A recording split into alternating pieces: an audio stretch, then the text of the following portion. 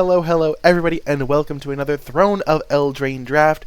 Before I dive in, I do want to remind you that if you enjoy the video, be sure to hit that thumbs up button, subscribe to the channel, click that bell so you don't miss any future videos, and leave a comment in the comment section down below if you do have any questions. I love answering those. If you would like to support the channel directly, you can do so via the Patreon, patreon.com/NicolaiBolas. Get access to some pretty cool rewards and that warm, fuzzy feeling of knowing you are helping me continue to make videos. Also, if you are going to be buying cards, you might as well use the affiliate link in the description down below and in the pinned comment, because when you use that affiliate link, it does give back to the channel and help support my content. It's with TCG Player, so it is a site that I have used myself for years, and I really recommend it. Without further ado, let's dive right in. And whew, this pack is fantastic. Where do we even begin? So there are the immediate cards that jump out to me are Hypnotic Sprite, Redcap Melee, and then in the common section, Flutterfox is quite good, Fierce Witchstalker is quite good. Merfolk Secret Keeper is not something you have to first pick on Arena. I never would really first pick this card out of this pack, but it is also a pretty solid card. Unexplained Vision can be quite good. Malevolent Noble is an okay black card. But yeah, let's just dive right in. Mirror Maid is one of those rares that you kind of have to already have the deck that wants a Mirror Maid before you take it. It's not like so rawly powerful that you want to just take it early. But if you have like a couple of enchantments that are pretty good, a couple of artifacts that are pretty good, it can definitely do good work. So, for example, if I had a deck with like a Revenge of Ravens and 3 artifact creatures, I might play Mirror Maid as like a nice little piece of upside. Hypnotic Sprite does want you to be heavy blue, but it is quite nice in those heavy blue decks. However, it is also quite committal to being a heavy blue deck, because you really want to be able to afford double blue, and the blue decks are really the decks that have a lot of the instants, so you can hold up like a couple of sorry. So you can hold up a couple of different instants and the Hypnotic Sprite counter, so that even if your opponent casts something a little bit more expensive, you can still do something with your mana. Redcap Melee is always a fantastic card to play. Very cheap, very efficient, and just does a lot of work. And then in the common section, I think Fierce Witchstalker is definitely better than Flutterfox, but Flutterfox is number 2 for me in this pack. And then I think I would take a Merfolk Secret Keeper over an Unexplained Vision. So in this pack, I think my order goes Redcap Melee, Fierce Witchstalker, Hypnotic Sprite, Flutterfox. I think that's my order for this pack. But yeah, I think Redcap Melee is just so powerful, very flexible, great removal spell. Definitely happy to start with that. And, ooh, so the rare is missing out of this pack, so not a huge signal either way. But we can now have a very interesting choice, because we can follow Redcap Melee up with a very strong red uncommon, or we can take a Beanstalk Giant. Both of these cards are very good. Oftentimes, Shieldbreaker will get you a 2-for-1. In the common section, there's another Flutterfox, but we're not taking that over Embrace Shieldbreaker. Basically, the only card that is powerful enough to potentially justify taking over Shieldbreaker is the Beanstalk Giant. But again, I think the Embrace Shieldbreaker is quite good, and I already have a red card. So I think, even though it kind of commits me to red a little bit when I haven't gotten a strong red signal, there are a lot of rares in red that I would take over Shieldbreaker, it is a little bit safer that that the red would be open, because Shieldbreaker is better than a lot of the rares. And then Beanstalk Giant is quite good as well. I think in this pack I go Shieldbreaker, then Beanstalk Giant, and then I would take, I think, Flutterfox, then Broom, then Cauldron, then Jousting Tommy. If you're wondering why I would take Broom, is because at this point in the draft it's early enough that I can potentially build around it, and it does combo with Redcap Melee, which is kind of neat. Oh, goodness. Holy heck. I don't know if my Twitch chat glitched out, but it says I have 58 viewers right now, which I don't know where that came from, but that's kind of hype if it's true. Really? Wait, Magic is now hosting me. Heck yes! Thank you, Magic! That's great! Life is good. That's pretty dope. Yeah. But, next pick, so Arcanist Owl is the best card in this pack by a pretty wide margin. Very powerful, but it's not super flexible, and it doesn't go with the red cards that I already have. Basically, I think Arcanist Owl is like the type of card that I would potentially take as a hedge pick, but it's not really something I would want to take to go with these cards. The cards that are really jumping out to me are potentially a Weaselback Redcap. Trapped in a Tower also goes really well with the aggressive theme that I already have. There's a Merchant of the Veil, which is another pretty solid red common. Though I think these red cards are a little bit worse than the cards in other colors, so it's worth hedging into something else. So, for example, taking a Charmed Sleep or a Trapped in a Tower is something that appeals to me a lot more. or just speculating on the Arcanist Owl, because again, I'm not 100% sure on what colors I'm supposed to be. There's a strong blue card and a strong white card, so maybe I am just supposed to be a white-blue deck, or even just like a heavy white deck or a heavy blue deck. I've only 2 picks in, and I haven't gotten strong signals. I think I like Trapped in a Tower over Charm Sleep, just because Trapped in a Tower goes better with the red cards that I have, so I can eliminate Charm Sleep. Now it's like Arcanist Owl versus Trapped in a Tower. I've already kind of eliminated these 2 red cards. Rosethorn Acolyte's in a distant third as well. I think my logic is telling me to just take Trapped in a Tower, because it does work well with the cards that I have. Arcanist Owl, it's really tricky, because I feel like Arcanist Owl is really good, and I'm seeing a strong white card and a strong blue card, so maybe I'm supposed to end up in blue-white. And if I do end up in blue-white, I'm really going to kick myself for not having Arcanist Owl, but again, I have 2 good red cards, and Trapped in a Tower works well with those, so we're just going to take that. And now, there's a 7 Dwarves. We could stake our claim as the 7 Dwarves player. I kind of actually like doing that. It's like a pretty solid strategy. You just need 2 drops, and it's a non-human, which is actually kind of a benefit in a lot of color combinations. Like red has Bargain, and that works out pretty nicely. I think like it's not an insane card, so taking something like a Venerable Knight would make sense in some contexts. However, I already kind of have a heavy commitment to red because of the Embereth Shieldbreaker, and Venerable Knight is nothing too impressive. There's also a Marrowleaf Rider, which is a pretty solid card as well, so it could potentially put me into a red-green deck, but I think I'm just going to take the 7 Dwarves, get myself deeper into one color, and I'm not going to miss out on a Venerable Knight or a Raging Red Cap if I do end up in a different color combination, and Marrowleaf Rider is not enough better than 7 Dwarves to justify taking over a 7 Dwarves that gets me deeper into red. And now another very late Embereth Shieldbreaker. This is another great card. Definitely a red signal. Red is looking pretty open here. Scalding Cauldron would be second place for me, followed by the Rosethorn Acolyte, I think. After that, the pack definitely takes a steep dip in power. I don't think Thrill of Possibility is the type of card you want in a lot of your aggressive decks, but there's a very easy Shieldbreaker and then a very easy Cauldron after that, and then I think Rosethorn Acolyte has just the most raw power over the next best options. Whoo, a second 7 Dwarves. Oh ho ho. Nice. So there's a Weaselback Redcap, there's another 7 Dwarves. Getting a second 7 Dwarves is definitely like really good. I like Weaselback Redcap, but I think 2 7 Dwarves could be something we're interested in. It's looking like we're going to be a heavy red deck. I do like Weaselback Redcap, but I think that 7 Dwarves is going to end up working out better for us, because once you get 2 7 Dwarves, a third 7 Dwarves actually becomes quite good. So if we didn't have a 7 Dwarves, I would take the Weaselback Redcap. Because we have the 7 Dwarves, I'm leaning towards just taking the red cap. Taking towards the 7 Dwarves, and after that I would take the red cap, and then I would take Jousting Dummy. Okie doke. Now there's a Hengewalker. Our deck could potentially be like a mono red deck, so Hengewalker is not like the worst pickup here. There's also a Smitten Swordmaster if we ended up in a black-red Knights deck, though we wouldn't necessarily want all these early 2-drops in red and then a black 2-drop. That could just hurt our mana. There's also a Venerable Knight, which could push us back towards a 2-color deck. I don't want to take the Hengewalker here, because if I'm a monocolor deck, I'll probably end up with late Hengewalkers anyway. There's also a Fling, but I don't need to prioritize Fling. So I think here I'm just going to take the Smitten Swordmaster, hedge towards a black-red deck as well, and see what seems available. And now there is I could take a Mystical Dispute, which is kind of like not really a card I want to be main decking, I guess, in best of 1. There's a True Love's Kiss if I end up back towards white. There's a Crystal Slipper. Not really where I want to be. Also just like a green card. I could see taking Rosethorn Halberd. It works with the 7 Dwarves. Yeah, I think I'll just hedge back towards a different color and just give myself options for if I end up in any color combination. Wow, late Flutterfox. This is a huge signal. Definitely happy to see this, and I'll be picking it up.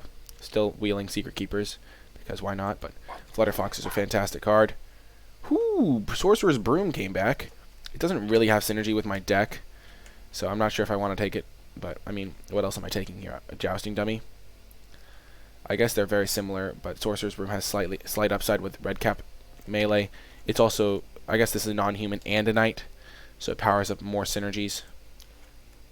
So I think at this point we are red-white. I'm glad I took the Trapped in a Tower over the Arcanist Owl. So there's also a Forever Young if I wanted to hedge back towards a black-white deck, but getting that late Flutterfox really makes me want to commit a little bit heavier, and I think I'm going... There's also Fling synergy with Broom, but I think I'm just going to take the Jousting Dummy. Broom is not really the type of shenanigan you want to get up to in a red-white deck. You just don't have enough stuff that sacrifices. All you have is red cap melee and then potentially Fling. Raging Red Cap is also a solid card, but you really want to prioritize your 2-drops, and this is an artifact that goes with my Flutterfox, so really happy to get a Jousting Dummy here. Youthful Knight could be a solid addition, depending on how my mana base shakes out. We'll pick up a weapons rack. You never know. Okay, pack 1. Oh my gosh, late Jousting Dummy. What a gift. What a gift indeed. Our deck is looking pretty good. One thing I've noticed is I think the bots undervalue a lot of white cards right now, so I've been playing a lot of white decks. I think they particularly undervalue Fairy Guidemother and Silverflame Squire. Those are the 2 cards that immediately jump to mind. Here, it's like the world's easiest glass casket. There's really nothing else that's even remotely close. Like, after that, I would take a Fairy Guidemother, but this is a really good removal spell.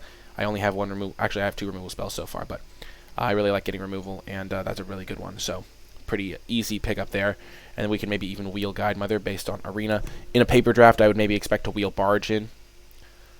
But yeah, pretty easy glass casket here. It also works really well with our Flutterfox. And now, Gingerbrute can be solid in the right deck, but I'm not going to take it at this point. There's a Raging Redcap, there's an Ogre Errant. Not going to be taking Lock Dragon. It's looking like we're going to be a pretty even split of white and red at this point. Animating Fairy would mean I had to get rid of my red cards, which is not happening with 2 Embereths and a Redcap melee. My white cards are pretty good, so I think I've kind of committed to my colors by this point. I like Raging Redcap a little bit more than Ogre Errant just because it's a little bit cheaper. And I can probably get Ogre Errant a little bit later. So I think I'm going to take the Raging Redcap and then... Thanks, Sir James, 1988. I'm glad. I'm glad you saw the comment on YouTube. I try to always do that when I'm going live. Thanks, Felix D. I appreciate it. I think I'm going to take the Raging Redcap here over the Gingerbrute. I think Gingerbrute is solid, especially with Flutterfox. But when you don't have ways to buff it, it gets a little bit worse, and we don't really have that. That's why I think it's much better in like a green deck where you can put Halberds on it. But yeah, and also 2 Unveiled Treefolk counters. So yeah, we're going to take the Raging Redcap here and hope to get a couple of ways to maybe pump that up. Now a Searing Barrage over All That Glitters. All That Glitters is actually kind of interesting in this deck because we have 1, 2... 3, 4. Never mind, it's not that interesting. We're just going to slam Searing Barrage, one of the best commons for this type of aggressive strategy. And now there's another All That Glitters, but there's also just a Trapped in a Tower, so we're going to pretty happily pick up Trapped in a Tower. Got a lot of removal, got a lot of cheap plays. This deck is shaping up to be fantastic. And there's also a Redcap, but we're just going to get Trapped in a Tower and be very happy about it. Well, our deck is really coming together. This is another fantastic pickup. Archon is just really strong. Makes it really hard to race. There's also a Lonesome Unicorn in the pack, but very easy picking up this Archon here. There's one of the best white uncommons. Just really does a lot of work. I am loving this deck. I am very confident in this deck right now. Flutterfox pickup, really nice. This is unbelievable deck. Flutterfox is just a really nice aggressive card, and we're really getting there with this deck. Late Reaper of Night. Which color combinations? I think white-red is the most aggressive, or mono-white or mono-red, but we're going to get a Redcap Raiders here. Yeah, All That Glitters can have a home in the right deck. I just don't think that our deck is really that deck because we don't really have the Gingerbrute to put it on, and we were taking it that card versus I forget what we took over. It was Searing Barrage or something. Yeah, it could be +5/+5, but it could also be +2/+2. And some of our artifacts are we didn't have the second Trapped in a Tower at that point. We had 4 artifacts at that point, so I didn't really like it. It's also just a higher risk play.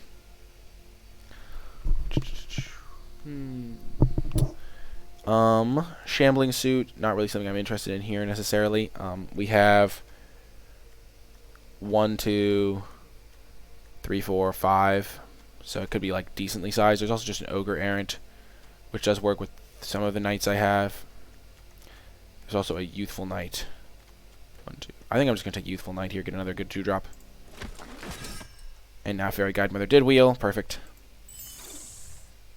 Gingerbrute wheeled. This deck is really shaping up, folks. That was a really late Witching Wail, by the way. There's a Dwarf in mind, which we're not going to be playing, but we'll take it.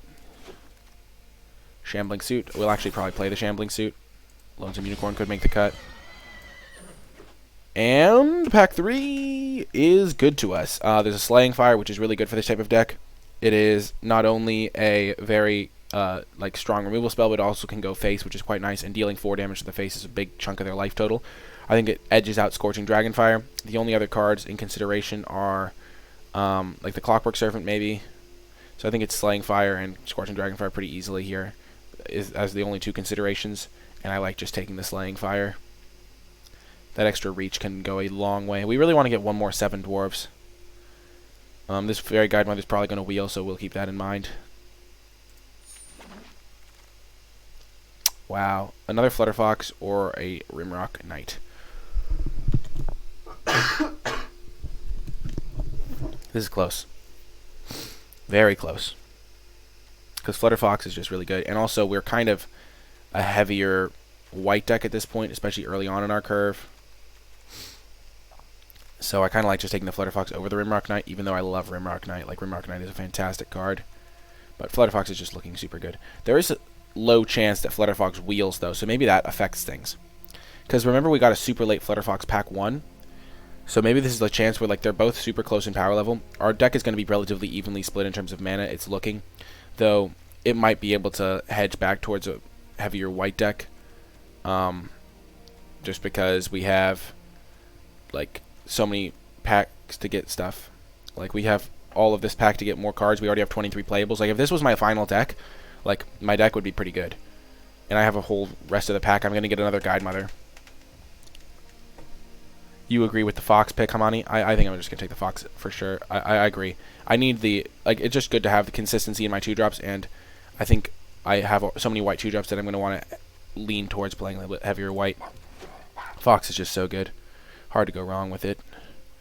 And now we will pick up an outflank. We aren't really... There's nothing else in this pack to even consider, really. Venerable Knight as just a 1-drop. There's also Brimstone Trebuchet, which is an artifact, and it works with the knights that I have. Also just could take a Venerable Knight, which works well with the Youthful Knights and the Shield Breakers and the Red Cap. I kind of just like getting a Venerable Knight here over the Brimstone. Brimstone is just a little bit slower, and I think my deck is going to be pretty fast. Ooh, we got 7 Dwarves number 3. We did it. Nice. Nice. Pretty hyped to get this. Definitely a nice pickup. Now we'll like be pretty happy to play those. I don't think we want Golden Egg in our aggressive deck. We could just take a Prized Griffin as like a top-end card. We might not play it, but it's still probably better than taking Golden Egg. Even though Golden Egg does help with our mana a tiny bit. We're just going to have to accept that our mana is not the greatest. Another Youthful Knight. It's also a Lonesome Unicorn or a Shambling Suit. How many artifacts and enchantments do we have for our Shambling Suit? We have... The Shambling Suit counts itself, so that's 1, 2, 3, 4, 5, 6, 7. 1, 2, 3, 4, 5, 6, 7. So it's that versus another Youthful Knight. We don't have any combat tricks in this deck, which is a problem. Which maybe makes makes Raging Redcap a little bit worse. I might just want to take the Shambling Suit here. It could be quite big in our deck. And we have so many 2-drops already. Yeah, let's just take the Shambling Suit. Rimrock Knight came back. This is perfect. Even though Scalding Cauldron works well with a lot of our cards, I'm really happy to get a Rimrock Knight here, because I really need a way to push through some damage. And now, I think I take the Guide Mother here over the Silver Flame Ritual. Just as a great way to push through damage. Silver Flame Ritual is an interesting thought, though. I kind of like having access to one in a lot of my decks.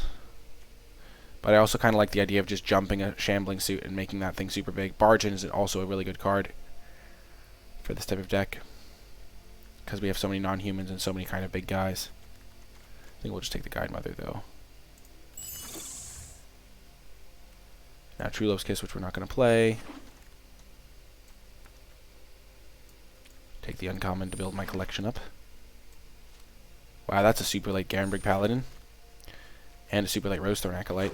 This deck is going to be really tricky to build. Oh, gosh. Especially the mana. We don't want Lonesome Unicorn. It's just too clunky. Similar with Prized Griffin. Maybe we can cut Red Cap Raiders.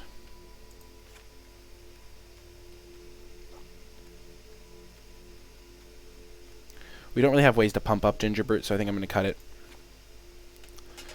When you can't make it like a 2-powered creature to be like super threatening, it like loses a lot of its luster. So we're kind of a 9/8 mana base right now, which is a little bit rough. But I think we have to be. It just doesn't feel great. We could cut a Shambling Suit. We could cut both Shambling Suits if we wanted to. I guess we don't really need combat tricks when we have so much. Sorry.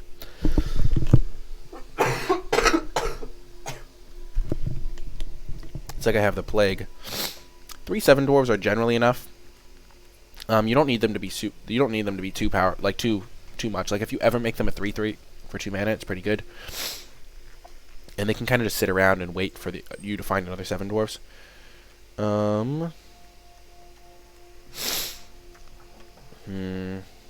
So many 2-drops is really quite nice. How many artifacts do I have now? 1, 2, 3, 4, 5, 6.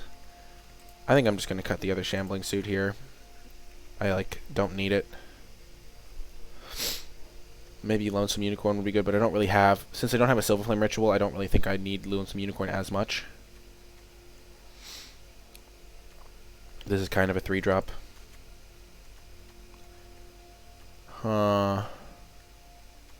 Just a super aggressive deck.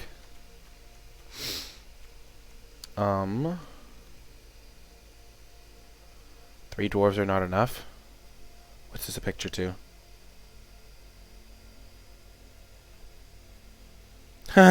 That's actually hilarious. How many 7 dwarves is that? Oh my gosh. 1, 2... Oh my gosh, jeez. That is an impressive deck, not gonna lie. We need one more cut. I kind of want to just cut the outflank. We have a lot of removal spells already, and outflank is a little bit clunkier. Lets them block before it does its thing. And yeah, I think these other cards are all just a little bit better than outflank. Like my deck is that good that I'm cutting outflank, which is kind of insane. But yeah, that is going to do it for the build. I hope you enjoyed it, and stay with me for the matches. Oh, and welcome to round 1. We have a amazing hand using Zendikar lands, or yeah. These are Rise of the Eldrazi, I'm pretty sure. Definitely keeping. I wish we were on the play, because being on the play is the best. We are trying out this pet. Oh my gosh, the blue fox.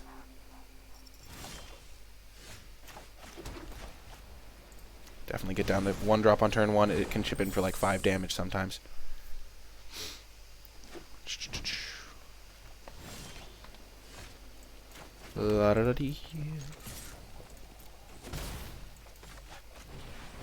Play the mountain so that we could potentially do both of these in 1 turn.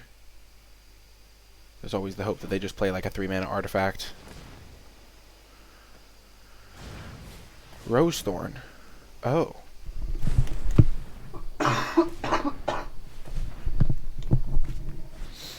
Oh. Well, yeah, that's going to get glass casketed.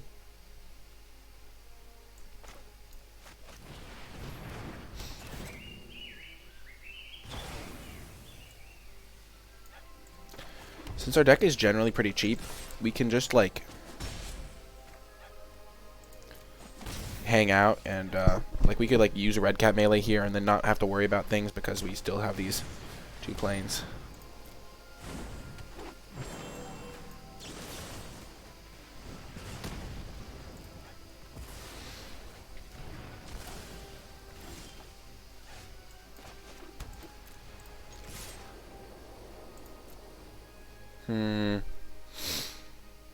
So there's the idea of getting in an extra 2 damage and playing the Rimrock Knight, or just waiting.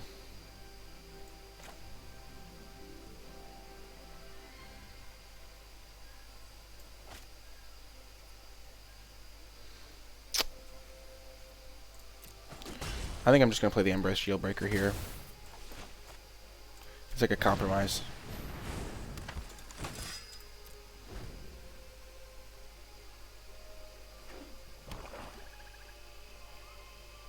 Because now if they play something like a Bog Naughty, I can still attack into it with everything. It's just really powerful to have a pump spell in my hand here.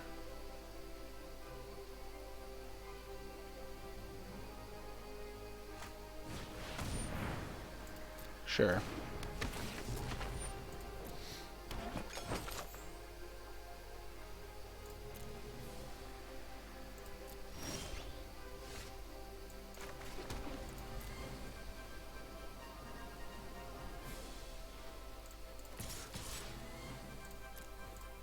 I don't really want to trade off things.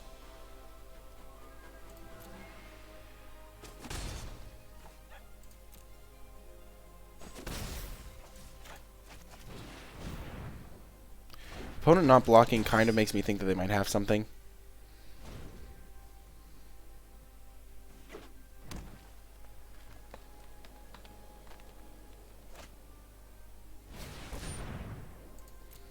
Ah, Spore Cap Spider.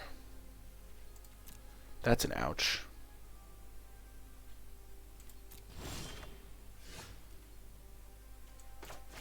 Play the mountain, because if they do make us discard 2, we at least want to be able to get a tad bit of value, so if we draw our Searing Barrage, we can like kill Spore Cap Spider and get in for $1 million.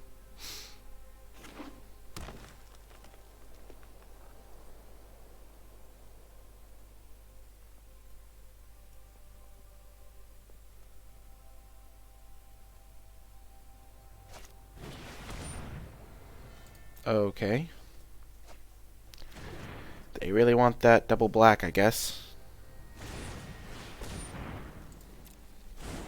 I wonder what double black card they have in their hand. Maybe a Sir Conrad?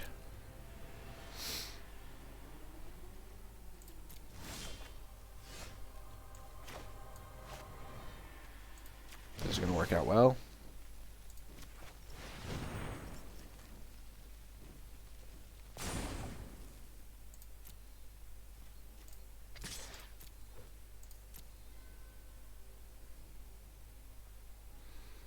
Opponent's in a bit of a pickle here on whether to block.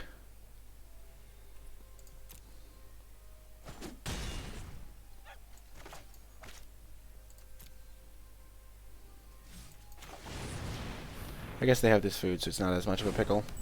But once we draw our Searing Barrage to kill this Spore Cap Spider, we're going to be in great shape. Or a Trapped in a Tower. So we have like 3 cards to kill it eventually.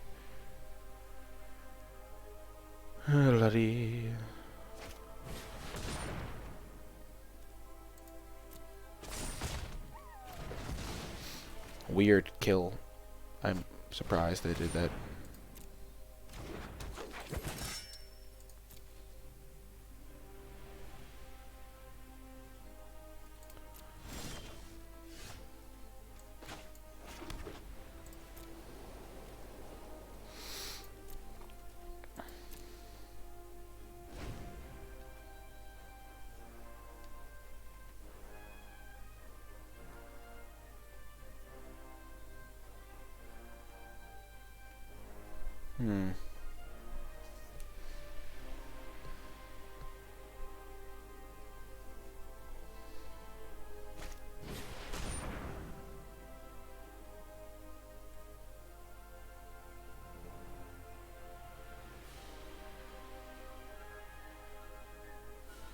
So the question is, do I want to just save my guy? Probably.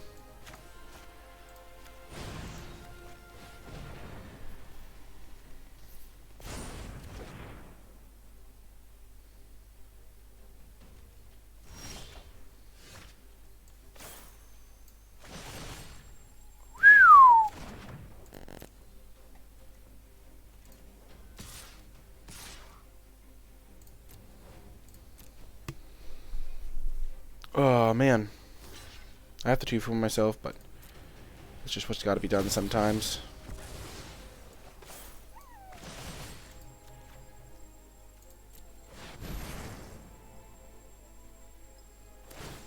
Yep.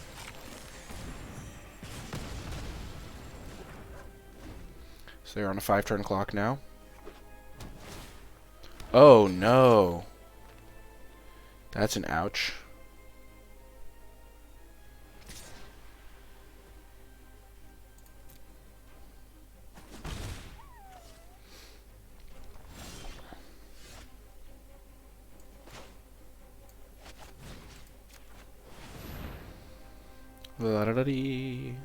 This just opens up some more attacks.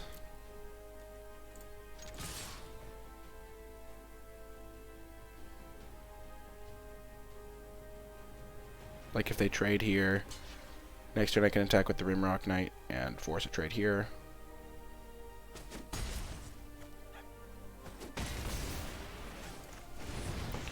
We're really close to just closing this game out. Come on, whiff. Okay, that's fine.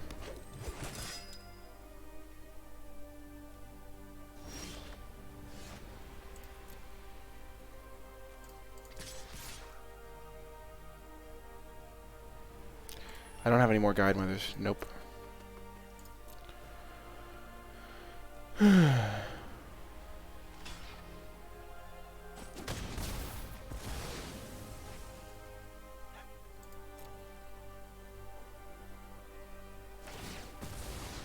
They're on a 4-turn clock here. We have no real cards that like win us the game instantly. Oh. Now that was weird.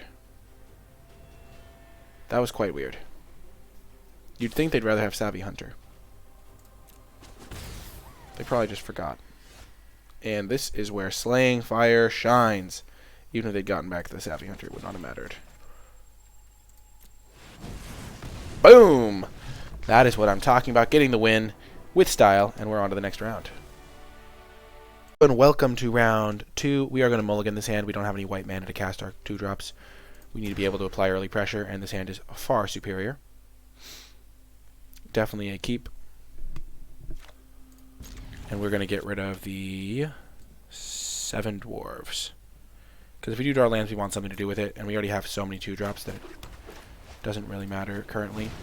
And getting another 2-drop down will not poorly impact us. But if we play against a white deck, this could just win us the game on its own.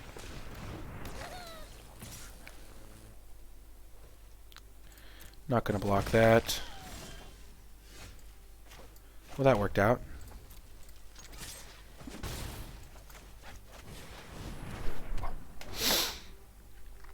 Embereth Shieldbreaker's a house against decks that play Gingerbread.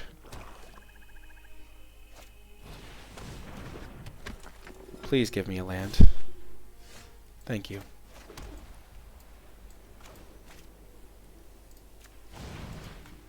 We're going to do it before they can sacrifice it for value.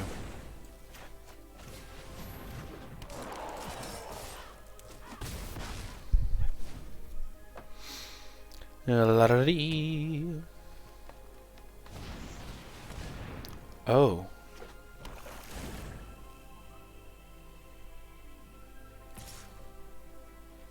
Wow, they attack? That's ambitious.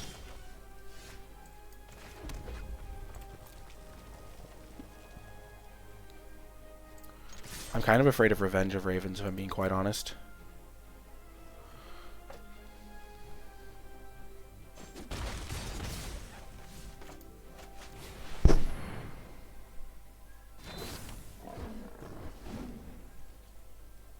Hello, Darylin666. Oh my gosh, it's Yorvo. What a bro. I don't think it's going to be good enough, though, mate.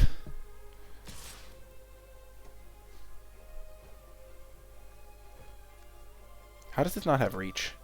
It should totally have reach. Flutterfox is such a beast. Hello. Thank you. Right on cue. You wouldn't even know this, Flutterfox, but I was just talking about how good you are. What a bro. Just coming up, showing up. The Jousting Dummy just must live to keep my Flutterfoxes alive. This deck, our deck is unbelievable. What are the different colors of fox? Oh, there's a dark fox. Nice, like, purple fur. And there's a bright orange fox. And there's a blue one. The fox is definitely awesome. I have one of these high-level cats, but I don't know why I'm talking about this stuff. It's not strategy, it's just our opponent's very dead unless they can kill Jousting Dummy, and we get the win. Our deck mulliganed, but it mulliganed very effectively. Got a great win, and we're on to the 3rd round. Round 3, we are on the play with a amazing hand.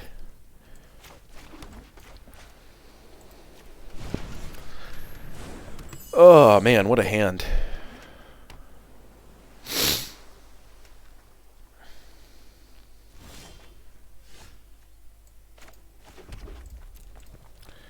I think I want to lead with the Flutterfox. It's pretty likely to get through. Sorry. if we just draw an enchantment. Ooh. Not cool, bro.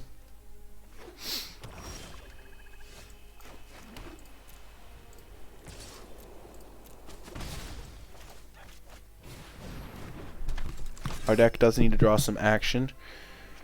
It does not do well with Flood Out. Oh, dear. 3 lands was not the 3 ideal draws I would have hoped for in this situation, I must say. Ugh.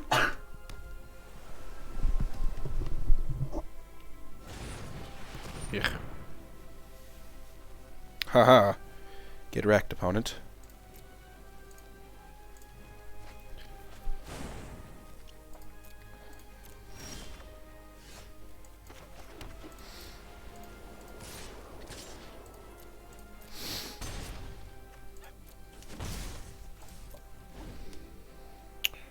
Huh. Oh my gosh, no!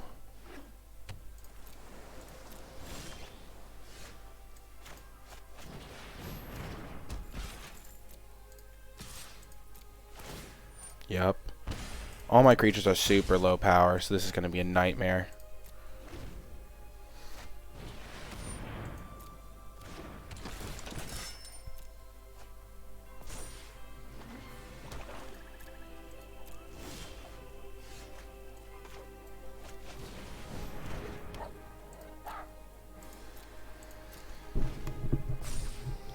Ugh. Yeah, I don't really think I can beat Revenge of Ravens. Like this is where the control decks really thrive, is just destroying decks like mine, because they just land Revenge of Ravens and I can no longer win. Oh, so close. We'll wait, maybe we'll see a target for it.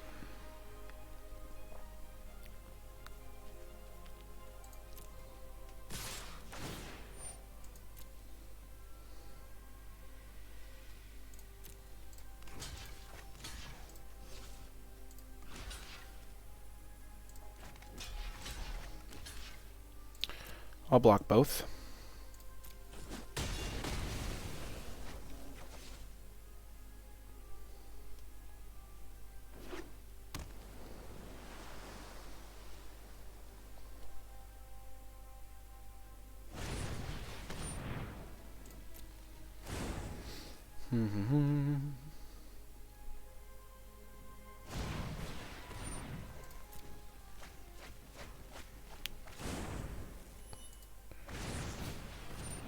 Dang, those were kind of cards I needed.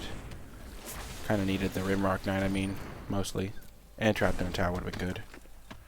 Yeah, I think we lose. Why block with the Guide Mother so soon? Basically, Hamani, because the Guide Mother can't attack into Revenge of Ravens, I have no way of killing Revenge of Ravens, and because by blocking with the Guide Mother, I save myself 5 points of life, and since all of my creatures have 2 power, I need to be able to chip in like 1 point at a time, and if my life total is at 10, that limits me to 10 attacks, whereas I'll need like 11 to actually kill them. So that's why I chump blocked. Because Guide Mother's never actually getting through for damage in this game. And we're never getting through for damage in this game.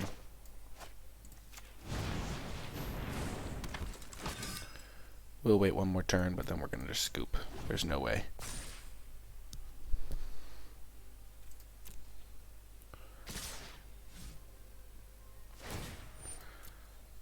Revenge of Ravens is like the paper half of Rock, Paper, Scissors when this deck is in the format.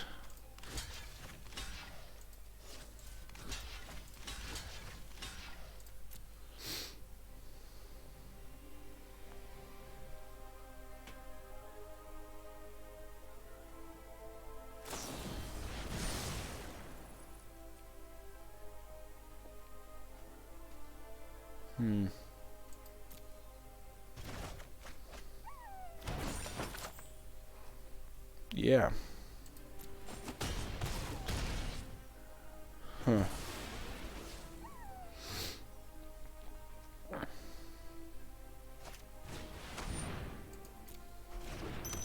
Yeah, there's no way we win this game. We can't get them from 14 to 0 here. Let's just save some time. I know my cards in my deck well enough to know that there's no way we can push through there. Revenge of Ravens just shuts us down too hard. Unfortunate. Hello and welcome to round 4. We have a fantastic hand. We get the Venerable Knight, Youthful Knight combo. I like how that's kind of how it works, is that the Venerable Knight teaches the Youthful Knight. It's definitely a flavor win.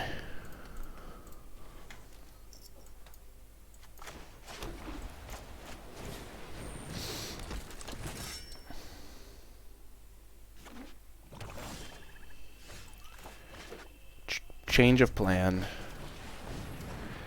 Would you believe this is the first time I've ever gotten 2 7 dwarves in play at once?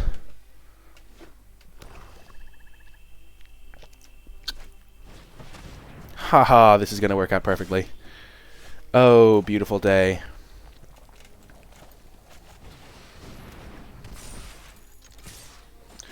This is a complete massacre. Total beatdown. If they had had a 2-drop, it would have been like, maybe they could stem the bleeding, but now there's no possible way, I don't think.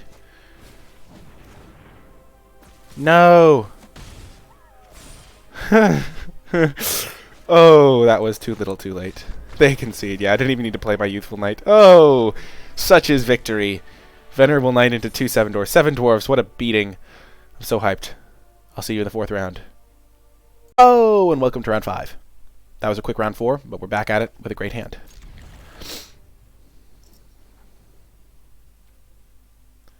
Hopefully we're against a red deck so Red Cat Melee can really shine.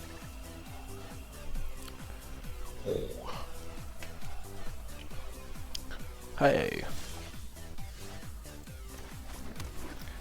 Thank you so much, Sage Dismal, for the follow. I really appreciate it.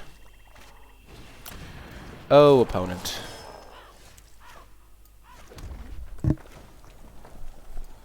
We're going to just hope to draw a mountain so we can like use our mana more effectively.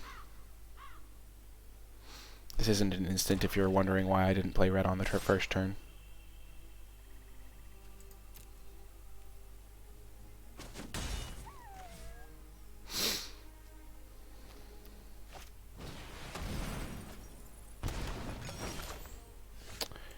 That is exactly what we were hoping for.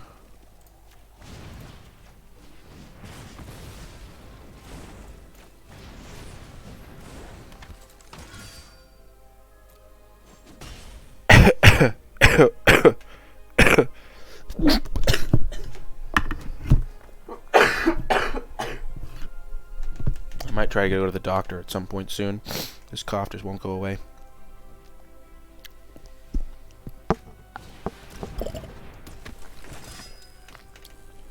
Jeez. Well. So, normally you would block here every time, but we kind of want to apply pressure. I think we still block here. 4-1 for 2-1 is just too good of a deal for us. Oh, perfect. Now we actually are going to go for the Rimrock play that we talked about before, because we want to get more pressure into play.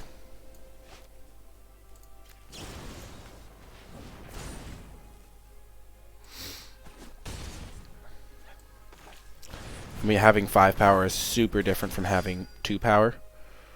Because we're on the front foot, we can use our aggressive cards to get them dead, as they say.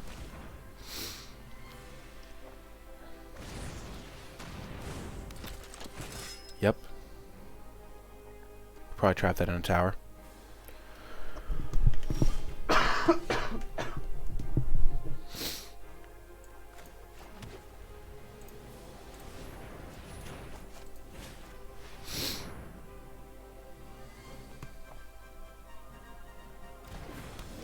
Land was not a great draw there.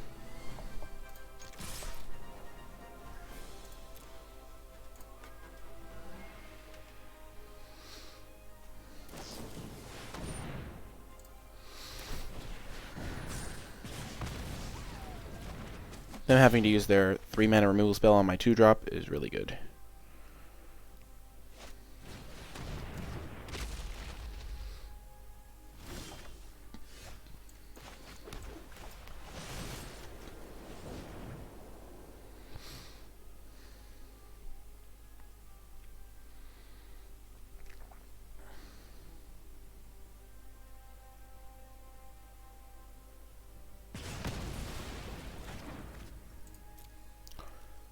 Us drawing 2 lands in a row was really bad for us.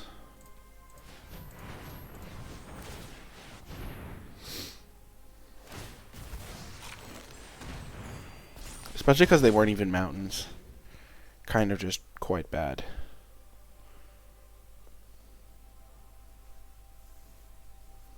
Probably the worst possible outcome. Maybe we need some, like, one expensive card in the deck, like a prized griffin. I kind of like that change, just so we have something to do with this mana.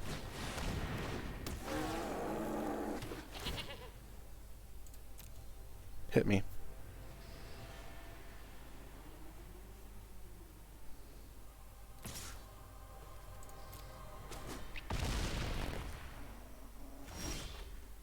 Gosh darn it.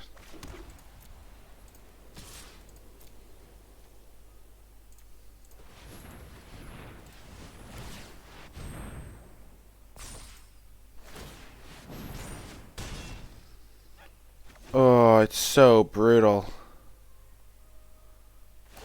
Oh, man.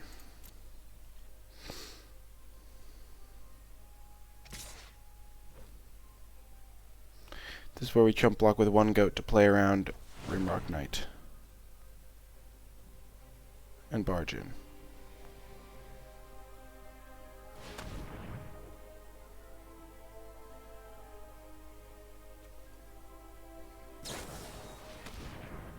Sure.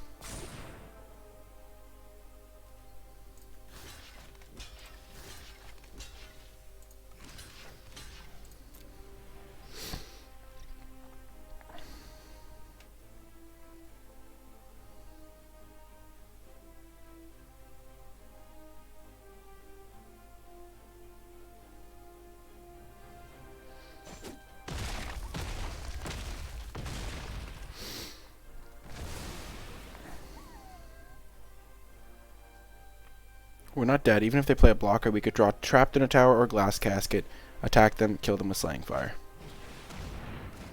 That's what we need.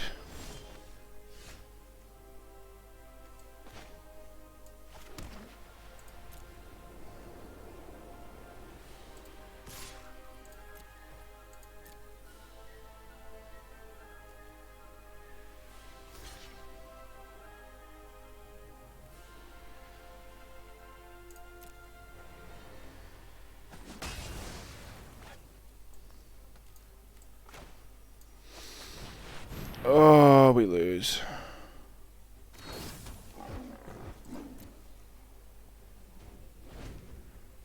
If we'd drawn this the turn before, we would have won. Oh, man.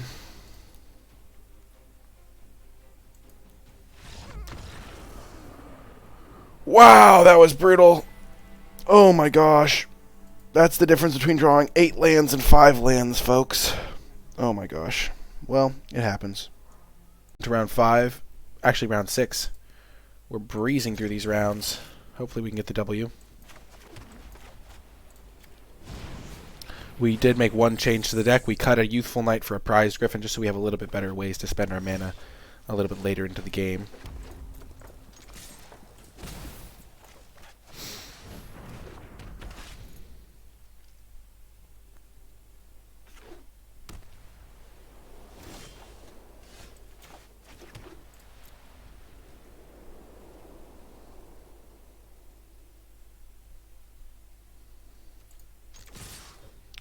Our deck is all creatures and removal spells, but we have a lot of removal, so when we draw more than one removal spell, it doesn't work out great for us.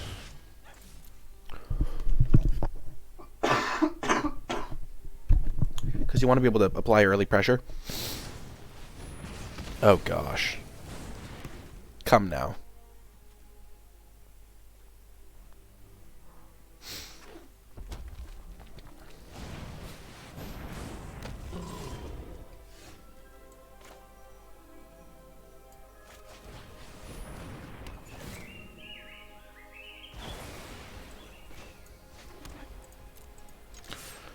I think we wait on Shieldbreaker. We're not going to be able to pressure them super quickly. And there's a decent amount of artifacts. Well, boy, am I glad I have Searing Barrage.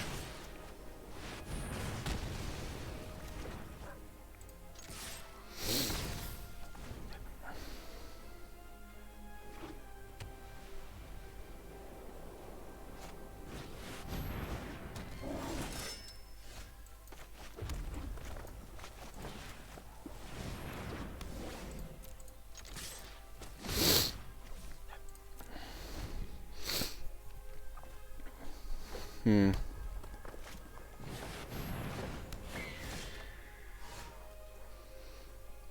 Hmm. Hmm.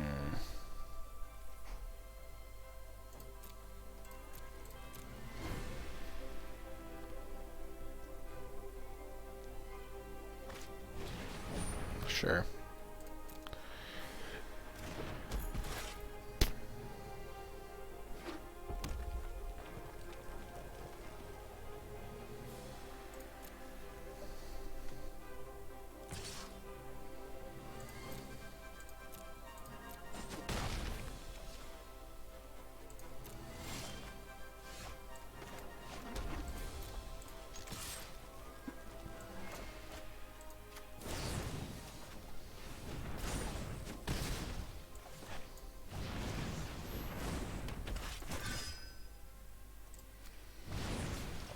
Yeah, this is our deck's problem. If we draw more than Boros Control Mirror, yeah.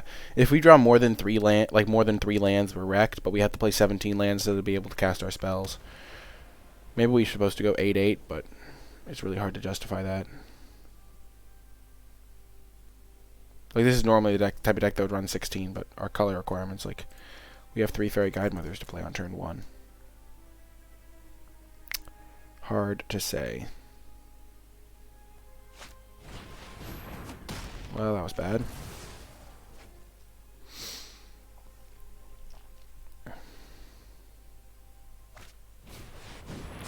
Oh gosh.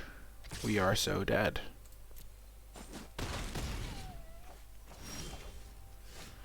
Haha! Shoes on the other foot now, opponent. Oh, that was a great draw. Oh ho ho ho! Au contraire!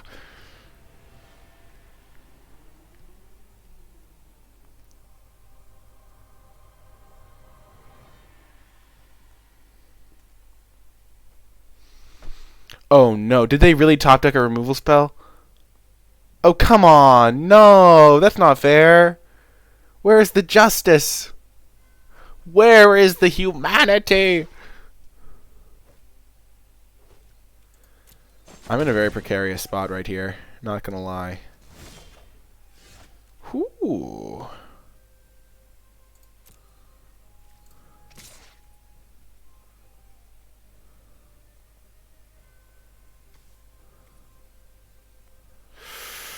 I think I'm supposed to attack here.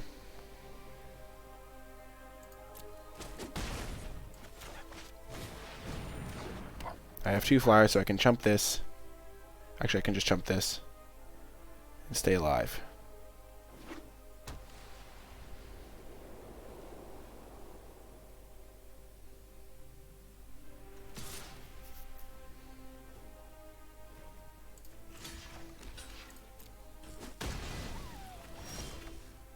Whew!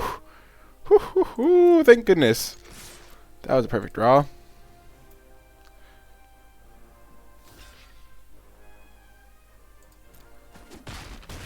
Boom! We got the win. Let's change up our deck a tiny bit. So hyped to get the victory, and we are on to the 7th round.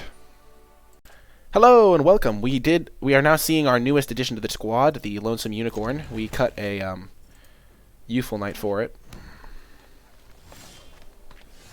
And we will see how that works out. It should work out quite well, I think. Because that gives us like a nice little extra mana sink. A 3/3 Vigilance is definitely not nothing.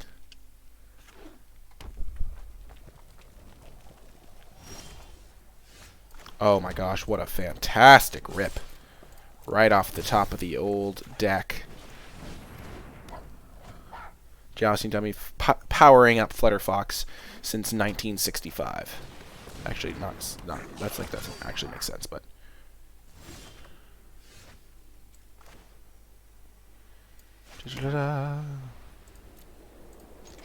we're fine trading Flutterfox for their 3-drop.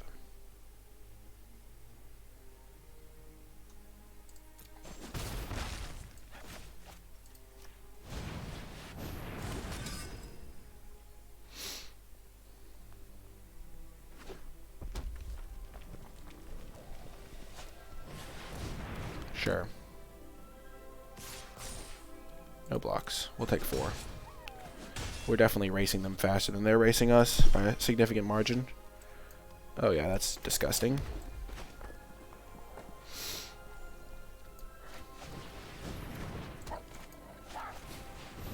Still just gonna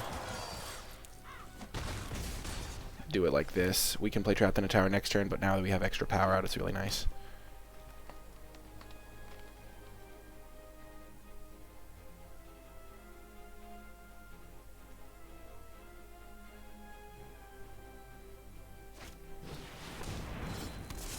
Oh. Well.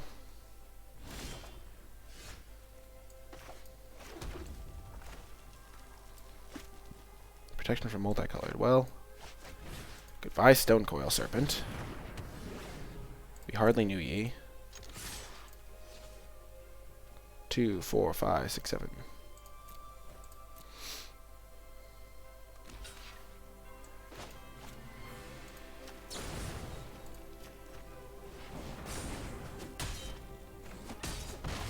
A literal Dragon God streamer. That is the reputation I have tried to assemble, clearly. Welcome, a literal god, to the stream.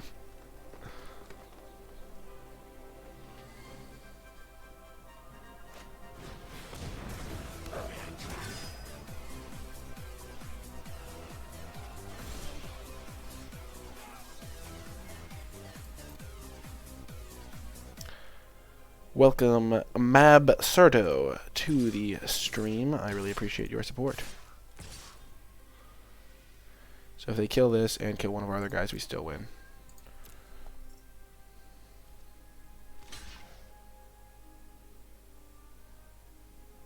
Like before, if we only attacked with the flyers, they could like kill this thing, block a flyer, then they'll only go to 1. Yeah. But now they're dead no matter what. Oh, we have the Trapped in a Tower to give it flying. Duh. Of course. I totally forgot about that. But yeah, got the victory. I like our change that we made to the deck. Would have given us a nice little mana sink play there, and we're on to the next round. Hello, and welcome to another epic round. Round 8 here. We get another fantastic hand with our Guide Mother on turn 1. Our opponent's mulliganing. Whew. Oh, yeah. I think the pet feature is really sick. I don't know. I know a lot of people hate on it, but like, obviously it like takes development time from other stuff, but so like I'd rather have like in-person drafts, but you know, you work with what you got, and I think it's kind of cool. Oh, that's hilarious. Mantle of Tides. Classic memeing.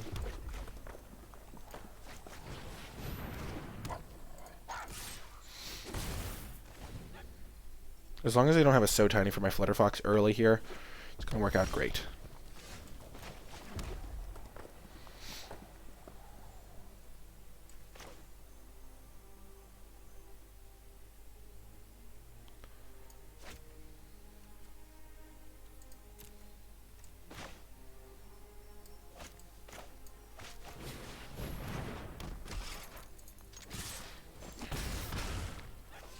Do I just kill the mantle? Probably.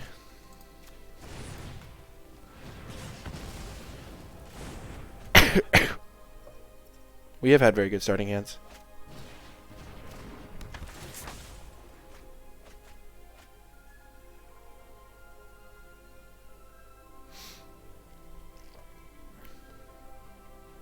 Two to the bottom. Oh, they missed lands. Oh, that is exactly why we did what we did right there.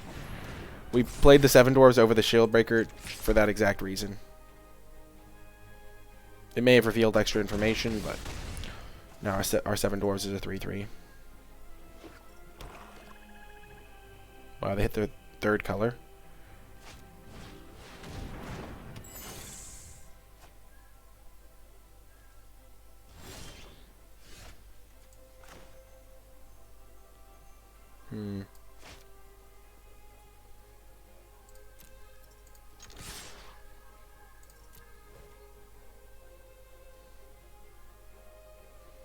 If they double block Flutterfox, we'll just kill it with Tome Raider. Kill the Tome Raider so that they don't have a flyer. This is all going as we have planned. Because now our Fairy Guide Mother can kill them. Combined with the 7 dwarfs incredibly easily.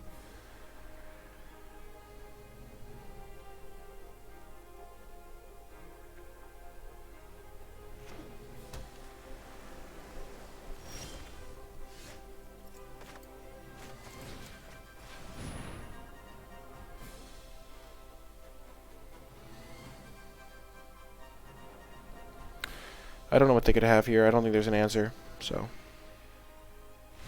Boom! Got the win, and we are headed to the final round to determine whether we get max wins or are left in the dust. Hello, and welcome. We are going to keep this hand and hopefully draw one of our 12 2-drops for turn 2. This is the final round. We definitely played against this person earlier. Unfortunately, I forgot what they were playing.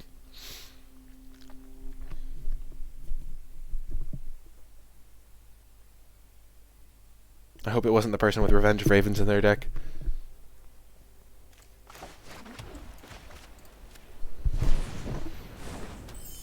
All we need is to draw one of our many 2-drops. Oh no, it is the person that had Revenge. Oh no, is this the person we just played?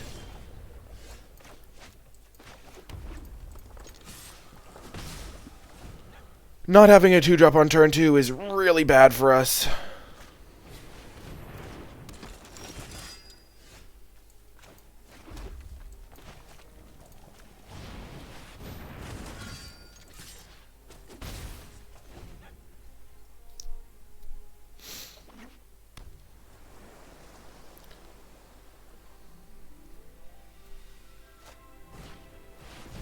Dang it.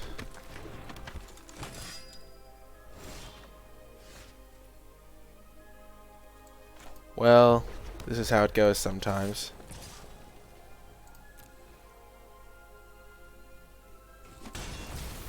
Our deck struggles incredibly hard when it floods out, and that just happened to be how it worked out. Sad day.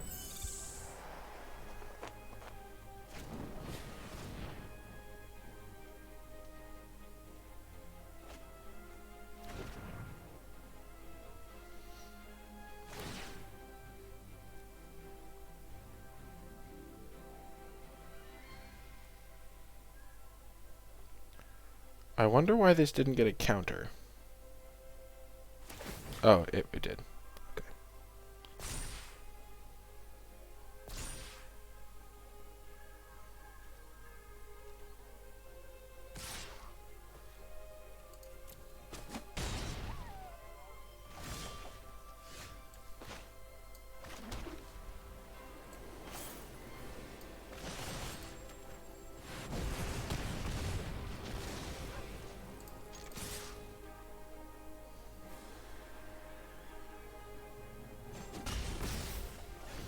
We're getting them low.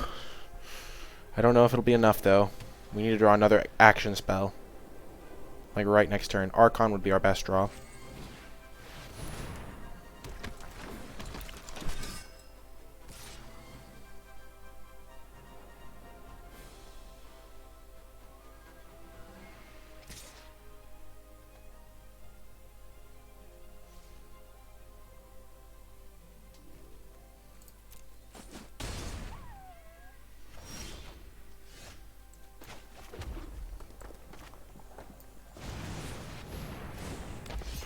If we draw spells every turn for the rest of the game,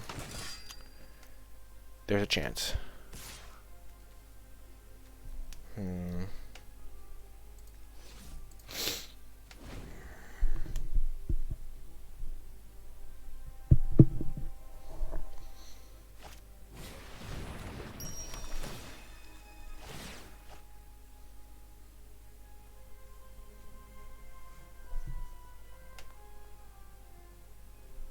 But we can't really win the game when we draw 8 lands, which is just the way our deck works.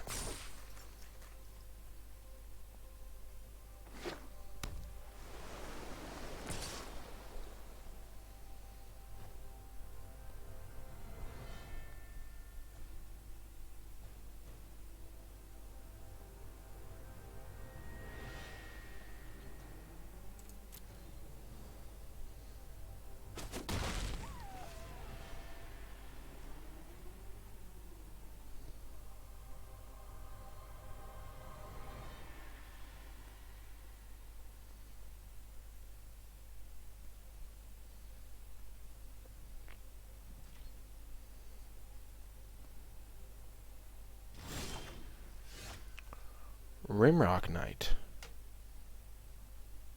Oh.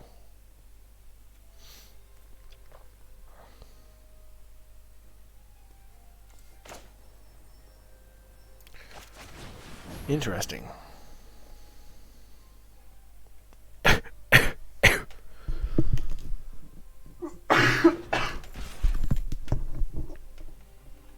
I don't really want to trade these off.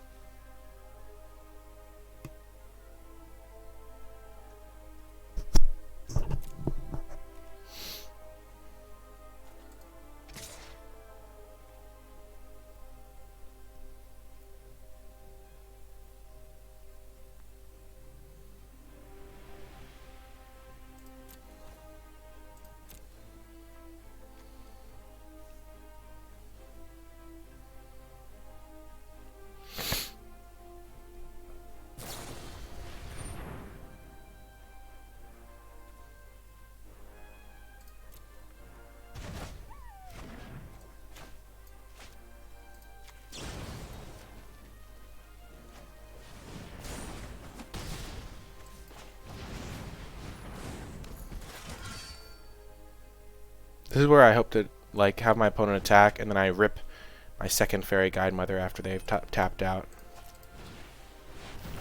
Okay. Step 1 accomplished.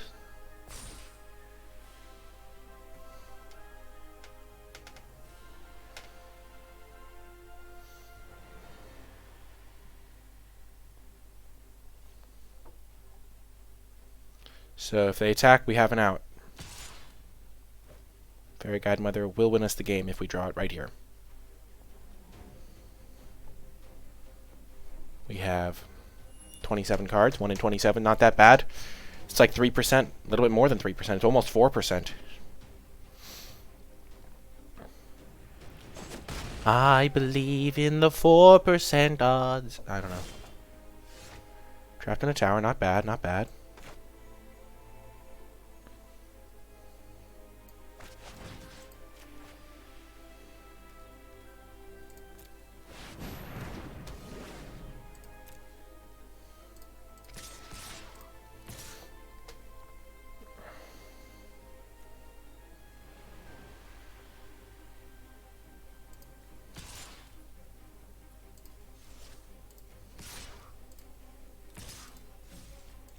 So they're going to be at 5.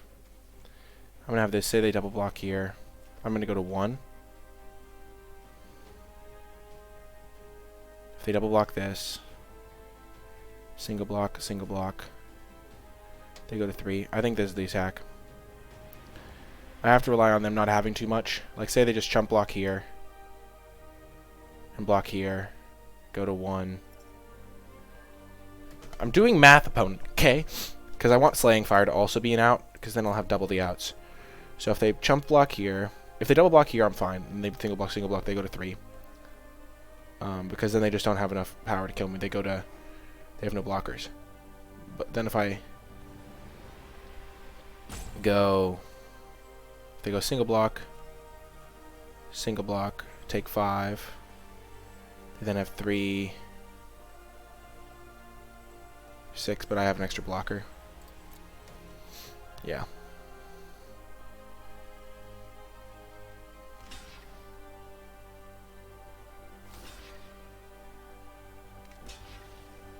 Okay, this is the block I expected.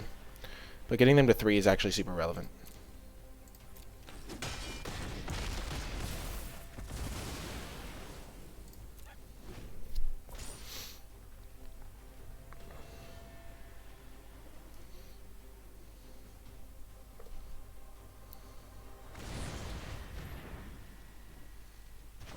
Okay. Oh my gosh. I know they have food, but they don't have the mana up to use it. Okay. So now we have an extra out, because we now have a second Trapped in a Tower as an out. So our outs are Trapped in a Tower, Fairy Guidemother. Yes! Boom! Yes! Sorry. I've always wanted to do that. I'm so proud of myself. Oh, yes. We increased our number of outs with that suicidal attack, suiciding everything just so Slaying Fire would be an extra out, and then we got there. Oh my gosh. Boom! Slaying Fire actually was our only out because they left their Vantress Paladin back. Yes! Oh my gosh, what a play! Oh my gosh! Unbelievable. I am so proud of that. That's our literal only out because they left back their guy, so our Fairy Guide Mother wouldn't kill them, and our Trapped in the Tower wouldn't kill them. It was literally just that card, which we set up for the turn before from our attack. Oh my gosh, let's go! Oh my goodness. Well, that is a fantastic way to end the run, to end the stream with the perfect top deck after setting it up the turn before. So that was like a super lucky moment, but we set it up. Like, we would have had 0 outs, but instead we had that 1 out because of the way we played the turn before. So, unbelievable. Super hyped to get that win. If you are watching this on YouTube and you made it all the way till the end of the video, in the comment section down below, leave a hashtag,